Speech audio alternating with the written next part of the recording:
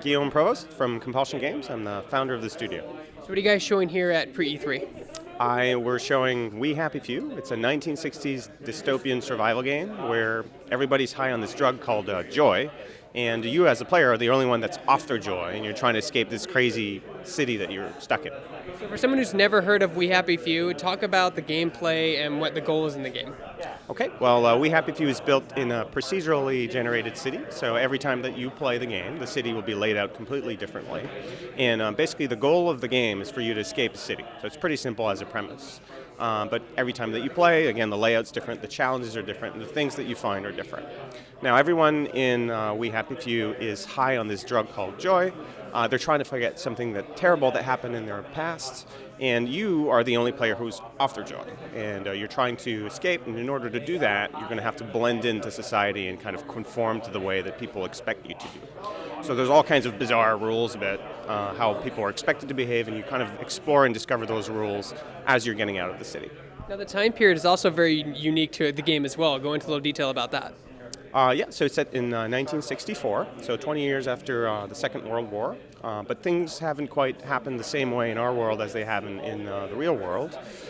So in this world of We Happy Few, the Germans actually invaded England successfully, but then kind of got booted out by the Russians. So the Russians were eating them behind. They kind of left England.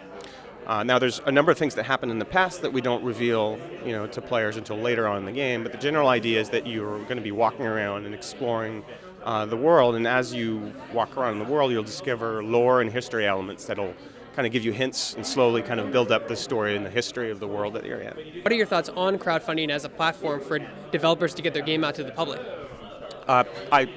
We loved it. Without any doubt, crowdfunding for us was a really, really good way for us to directly reach out to gamers and fans that were directly interested in the game that we're making.